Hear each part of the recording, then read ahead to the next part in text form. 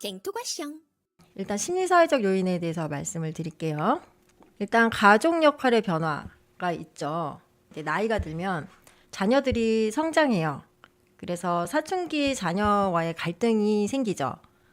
그래, 나는 지금 모성을 잃어가는 과정에 있고 이 아이는 이제 한 인간 개체로서 독립해가는 과정에 있으니까 그것이 서로 충돌하는 거예요. 그래서 여기서 오는 갈등이 있을 거고 그 다음에 이제 부모님들이 점점 나이가 드시고 편찮으신 데가 있고 한단 말이에요. 그러면 노부모를 봉양하는 데 있어서 뭐 경제적인 문제도 발생할 수 있을 것이고 병원비라든지 봉양을 해야 되니까 뭐 모시고 살던 아니면 요양병원에 모시던 간에 내가 그만큼 시간과 노력이 들어간단 말이에요. 그래서 여기서 오는 스트레스, 정신적 스트레스도 있고 신체적 스트레스도 있겠죠. 피곤하잖아요. 쉽게 얘기하면 내가 뭐 직장을 다니고 집안일을 하면서 또 부모님을 모셔야 되고 간호를 해야 되고 이런 거에 대한 스트레스가 있단 말이에요. 그 다음에 배우자와의 관계도 많이 변해요. 옛날처럼 처음에 만났을 때는 이제 눈에 콩깍지가 씌어서 막 좋아할 때니까 그때는 그때의 애정 관계가 있고 그 다음에 아이가 어릴 때는 이게 육아 공동체잖아요. 그러니까 그거로 인한 어떤 동지적 관계가 있단 말이에요. 아이들이 다 크고 뭐 각자 이렇게 바쁘다 보면은 점점 배우자와의 접점이 없어질 수도 있고 그 다음에 생각보다 외도나 이런 부분들이 빈번하게 일어나기 때문에 배우자와의 갈등 문제도 갱년기 때 같이 겹쳐 있는 경우가 굉장히 많아요. 그 다음에 중요한 사람의 상실. 요즘 저 같은 경우에는 이제 뭐 부친상, 모친상 이런 게 많이 온단 말이에요, 부고가. 그러니까 나이가 듦에 따라서 경조사도 계속 바뀌어요. 그러니까 젊을 때는 누가 결혼한다. 그 다음에는 누구 애기 돌잔치다. 이러다가 요즘 이제 오는 거는 부친상, 모친상 이런 게 오고 이제 조금 더 지나면 제 친구들의 자식들이 이제 결혼을 하기 시작하겠죠. 이런 식으로 이제 경조사가 바뀌는데 이런 중요한 사람의 상실이 굉장히 스트레스가 되는데 이게 갱년기 때 많이 겹쳐요. 내가 어머니하고의 관계가 굉장히 돈독했다. 이런 상황에서 만약에 뭐 부모님이 돌아가신다면은 굉장히 그 상실감이 크겠죠. 그러니까 그런 문제가 있고 그 다음에 직장을 다니시는 분들 같은 경우에는 직장에서 내 위치가 이제 변하고 있어요. 그러니까 승진을 계속 하는데 은퇴할 나이는 다가오고 보통은 이제 직장들이 계속된 승진이 안 되면은 중간에 나가야 한다든지 뭐 그런 문제가 있는 직장들이 많잖아요. 그러면 밑에서는 치고 올라오고 승진은 굉장히 어려운 경우가 많고 이러면은 이런 직장에서의 스트레스가 굉장히 많은 시기란 말이에요. 가족의 안에서도 마찬가지예요. 그러니까 예전에 비해서 나의 역할이 바뀔 수 있어요. 뭐 아이들이 갑자기 멀리 떠나서 독립을 한다든지 이렇게 가정 내에서의 내 역할도 바뀔 수 있거든요. 그 다음에 건강 문제가 생각보다 이 심리적인 요인에 많이 작용을 하게 되는데 예전 같지 않다. 이런 게 굉장히 사람을 위축시키게 돼요.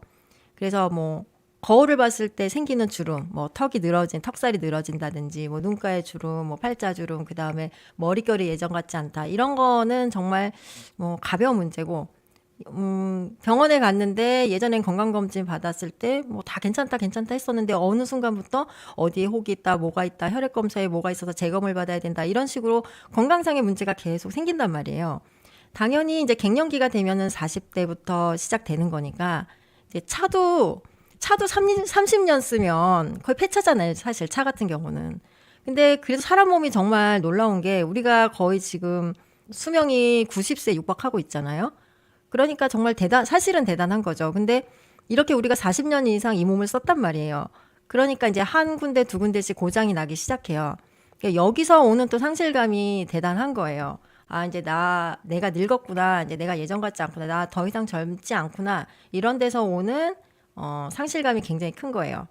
그 다음에 은퇴와 노화에 대한 걱정. 이게 다 비슷한 문제겠죠? 예, 그래서 이런 심리사회적인 요인들이 굉장히 사람을 위축시키고 여기서 오는 불안감이나 우울감 같은 것들이 결국은 수면장애로 갈 수 있는 어떤 밑바탕이 되는 것입니다.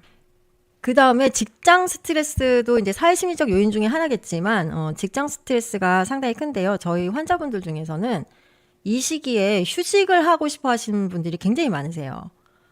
그러니까 예전에랑 같은 강도의 스트레스를 받았는데 그게 감당이 안 되는 거예요. 그래서 예전에 제가 이제 제 유튜브 영상에서 그 감정의 쓰레기통 말씀을 드린 적이 있는데요. 우리가 살다가 스트레스를 받았거나 속상한 일이 있을 때 그것을 제대로 직시하지 않고 그냥 이렇게 묻어버린 감정의 쓰레기통이 있어요. 누구한테나 다 있을 거예요. 그러니까 어느 정도는 우리가 참고 살잖아요. 뭐 속상한 거를 다 표현하고 다 말하고 살다가는 불화가 끊이지 않을 거 아니에요. 그러니까 그 감정의 쓰레기통에다가 우리가 몇십 년 동안 차곡차곡 쌓아왔던 그 과거에 힘들었던 일들이 있어요.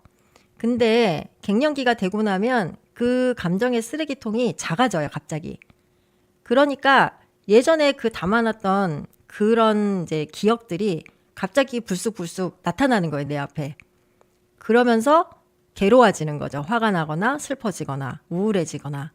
그런데 이거를 어디 가서 분출하기가 어려워요. 왜냐하면 이미 10년, 15년 전 일이란 말이에요.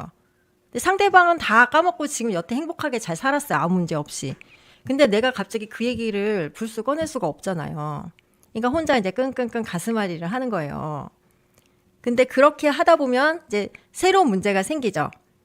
감정의 쓰레기통이 작아졌기 때문에 예전에는 괜찮았던 행동이 거슬리기 시작하거든요. 그러면은 어떤 새로운 에피소드가 생겼으면은 그것만 가지고 내가 얘기를 하는 게 아니라 과거의 일이랑 다 연결되는 거예요. 순식간에. 여자들은 그런 능력이 있어요.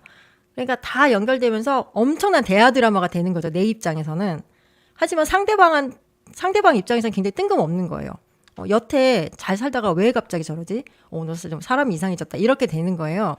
근데 그게 직장에서도 이런 현상이 일어나요. 그래서 직장에서의 스트레스가 사실은 계속 있었던 스트레스인데 어느 순간 갑자기 견딜 수 없게 돼버리는 거예요. 그래서 직장 상사가 약간 좀 괴팍한 분이었다. 잘 맞추고 살았는데 어느 순간부터 정말 견디기 어렵게 돼버린 거죠. 근데 직장 상사는 그동안 그래도 괜찮았었기 때문에 계속 자기는 그렇게 하겠죠.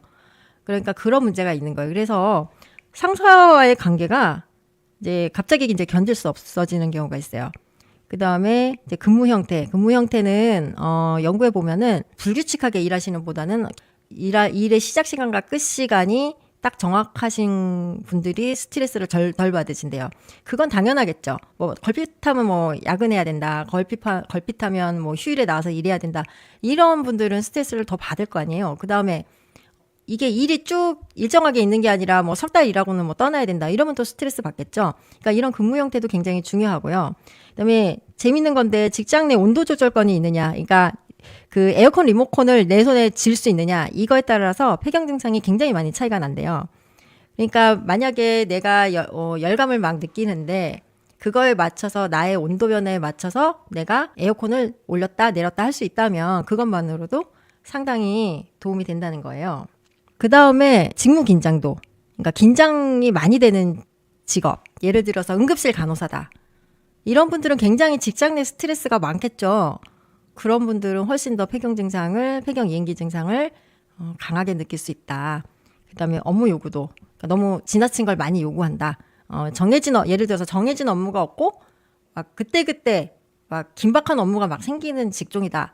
이러면은 그것 때문에 굉장히 직장 스트레스가 클 건데 이 직장 스트레스가 폐경 증상에 영향을 줄 수가 있다는 것이고 반대로 폐경 증상이 직장의 어떤 업무 효율에 영향을 줄 수 있다는 거예요.